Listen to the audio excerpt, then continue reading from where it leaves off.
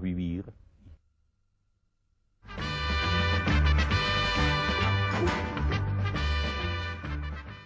Hablemos ahora de historias de cronopios y de famas, que es otro libro que aparece en 1962 alternando el relato breve, la simple viñeta, el ensayo lírico.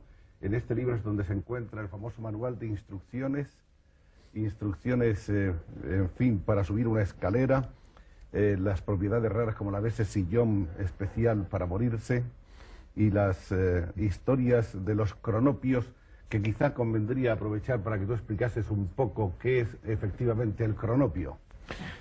Sí, bueno, el problema conmigo, ya te has dado cuenta, es que cuando me piden explicaciones es a pura pérdida, porque a mí me cuesta mucho explicar cosas que no me las explico yo mismo. Lo que te puedo decir es cómo nacieron los cronopios.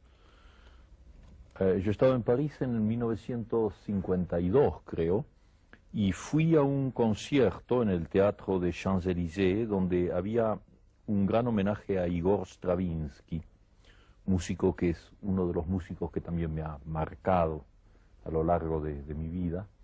Y yo estaba muy conmovido viendo por primera vez a Stravinsky, que dirigía la orquesta, y estaba Jean Cocteau, otra gran presencia en mi juventud, que era el recitante en una de las obras.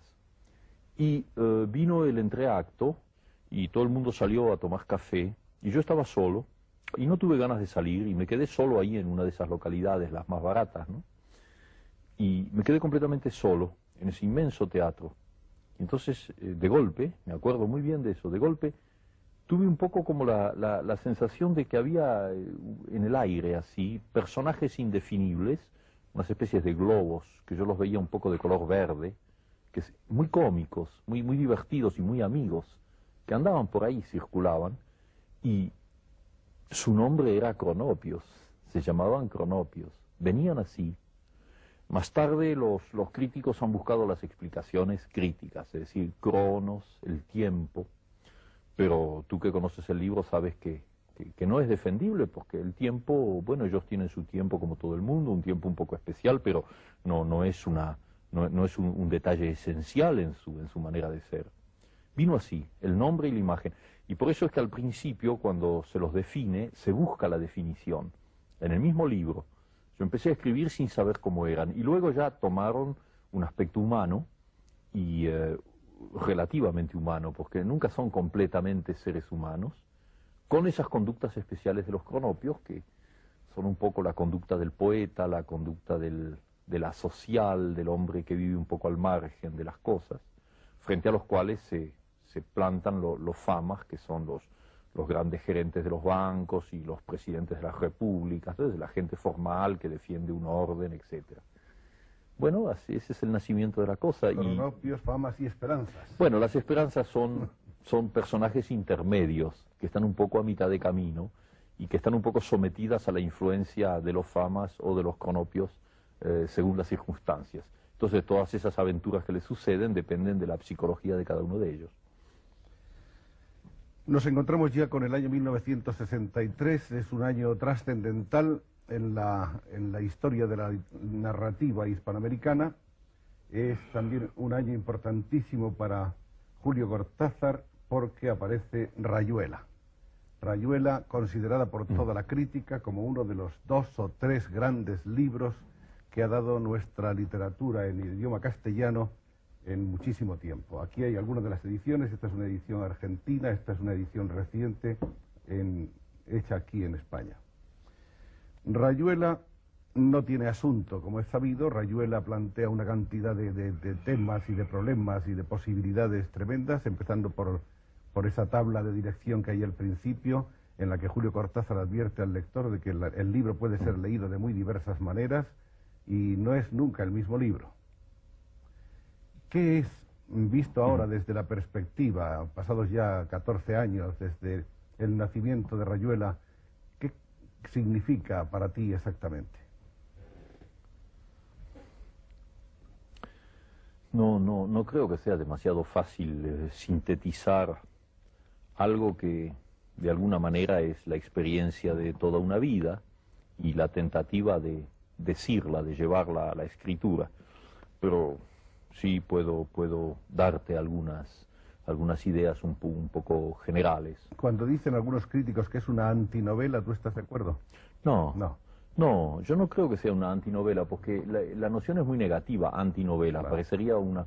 Parecería casi una tentativa un poco venenosa de destruir la novela como género, si dices antinovela.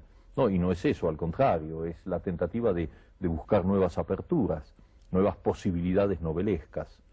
Pienso que la novela es uno de los vehículos literarios más fecundos y que incluso en nuestro tiempo tiene una vigencia muy grande. No hay más que imaginar el número de lectores que tienen las novelas. No es eso.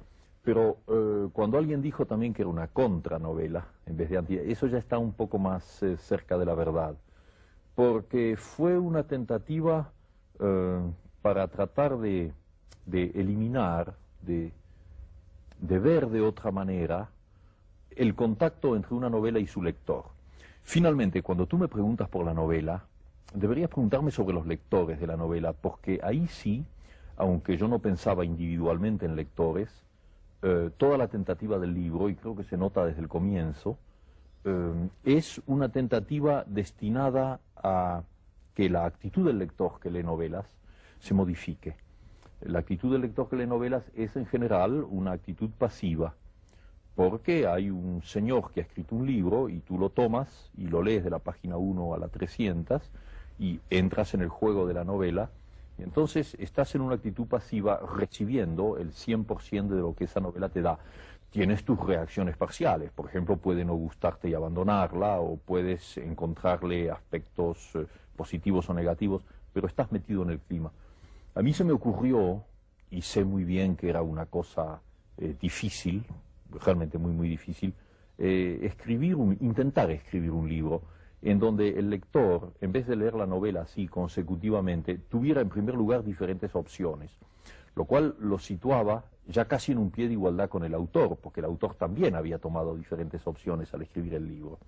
Posibilidad de elecciones, de dejar de lado una parte del libro y leer otra, o leerla en otro orden, y crearse un mundo en el cual él desempeñaba un papel activo y no pasivo. Yo sé muy bien que en la práctica eso no corresponde exactamente con mis deseos, digamos, teóricos, porque finalmente los lectores de Rayuela la han aceptado en su conjunto como un libro, y en ese sentido es una novela como cualquier otra. Pero también sé que muchos de esos lectores han sentido que se les reclamaba una participación mucho más activa, que es lo que yo llamo en el libro el lector cómplice. Es decir, ese lector que en un momento dado está leyendo el libro y dice, bueno, esto a mí no me gusta, al diablo, tiro el libro por la ventana, cosa que a mí como autor me parecería perfecto, porque nada me parecería más positivo que una especie de polémica en ausencia, ¿no? Pues que ni él ni yo sabremos de eso, una especie de polémica entre un autor y un lector. La posibilidad de desempeñar un papel incluso crítico mucho más amplio que la mera crítica literaria de la lectura de un libro. Ese es un poco una de las finalidades. Ahora, el segundo motivo de Rayuela me tocaba a mí directamente. Ese libro es una tentativa para ir hasta el fondo de un largo camino de negación de la realidad cotidiana y de admisión de otras posibles realidades, de otras posibles aperturas.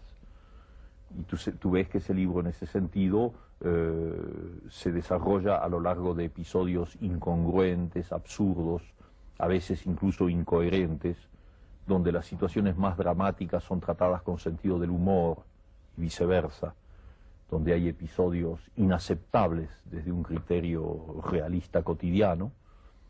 Bueno, y para mi gran sorpresa y mi gran maravilla, yo pensé cuando terminé Rayuela que había escrito un libro de un hombre de mi edad para lectores de mi edad. Y la gran maravilla fue que ese libro, cuando se publicó en la Argentina,